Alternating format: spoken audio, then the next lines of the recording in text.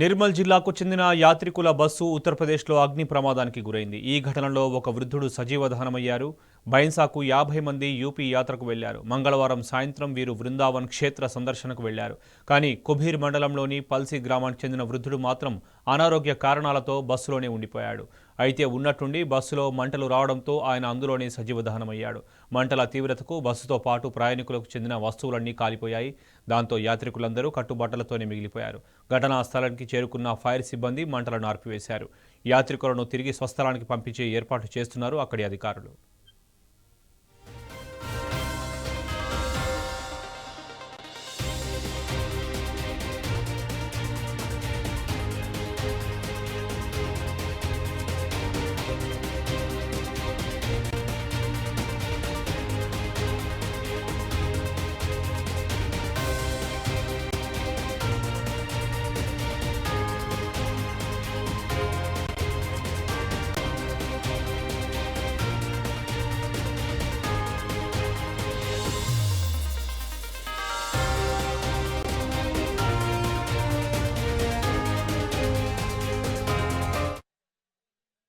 నిర్మల్ జిల్లాకు చెందిన యాత్రికుల బస్సు ఉత్తరప్రదేశ్లో అగ్ని ప్రమాదానికి గురైంది. ఈ ఘటనలో ఒక వృద్ధుడు సజీవ దహనమయ్యాడు. బైన్సాకు 50 మంది యూపీ యాత్రకు వెళ్లారు. మంగళవారం సాయంత్రం వీరు వృందావన్ క్షేత్ర సందర్శనకు వెళ్లారు.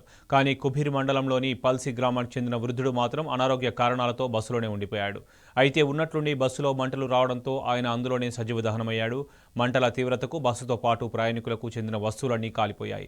దాంతో యాత్రికులందరూ కట్టుబట్టలతోనే మిగిలిపోయారు. ఘటనా స్థలానికి చేరుకున్న ఫైర్ సిబ్బంది మంటలను ఆర్పివేశారు. యాత్రికులను తిరిగి స్వస్థలానికి పంపించే ఏర్పాట్లు చేస్తున్నారు అక్కడి అధికారులు.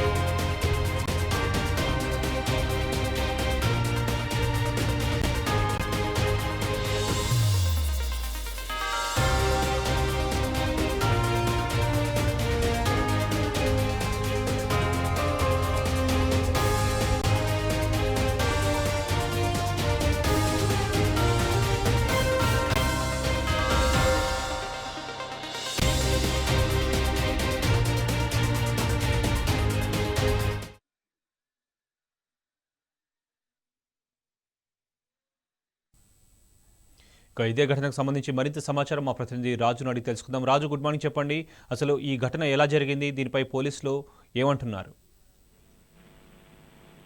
శోభన్, ఈ కుంభమేళా యాత్రకు తరలి వెళ్లిన నిర్మల్ జిల్లా వాసులకు సంఘటనలో విషాద ఛాయాలనుకున్నది. నిన్న సాయంత్రము నిర్మల్ జిల్లా వాసులు వెళ్లిన బస్సు దహనం కావడంతో అందులో ఉన్న ఒక వృద్ధుడు సజీవ దహనమయ్యారు. వీళ్ళంతా ఈ నెల 1వ తేదీన కుంభమేళా వెళ్ళడానికి ప్రైవేట్ బస్సులో వెళ్ళడం జరిగింది. అయితే కుంభమేళా వెళ్తూ దారి మధ్యలో ఈ నిన్న సాయంత్రానికి బృందావనం చేరుకున్నారు. అయితే బృందావనం చేరుకున్న సమయానికి ఈ సజీవ దహనమైన గురుపతి అనే వృద్ధుడు తనకు అనారోగ్యం కారణంగా తాను రాలేదని చెప్పడంతో అతన్ని బస్సులోనే వదిలి మిగతా వారంతా బృందావనంలో ఆలయ దర్శనానికి వెళ్ళడం జరిగింది. నేను సాయంత్రం సమయంలో వీళ్ళు వృద్ధుడిని అనారోగ్యం కారణంగా బాధపడుతున్న వృద్ధుడిని అదే బస్సులో ఉంచి వెళ్ళడం జరిగింది. అయితే వారు తీరా వచ్చేసరికే బస్సు పూర్తిగా దహనం కావడం జరిగింది.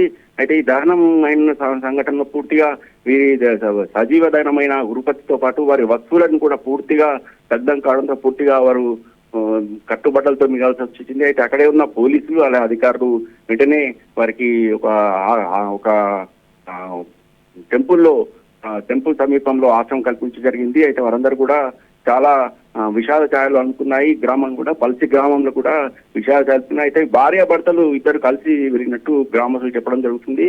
అయితే భార్య కూడా మిగతా యాత్రికులతో పాటు టెంపుల్ దర్శనానికి వెళ్ళడం జరిగింది. అయితే అనారోగ్యం రీత్యా ఈ గురుప్రతి అందులోనే ఉండడం జరిగింది. అయితే ఈ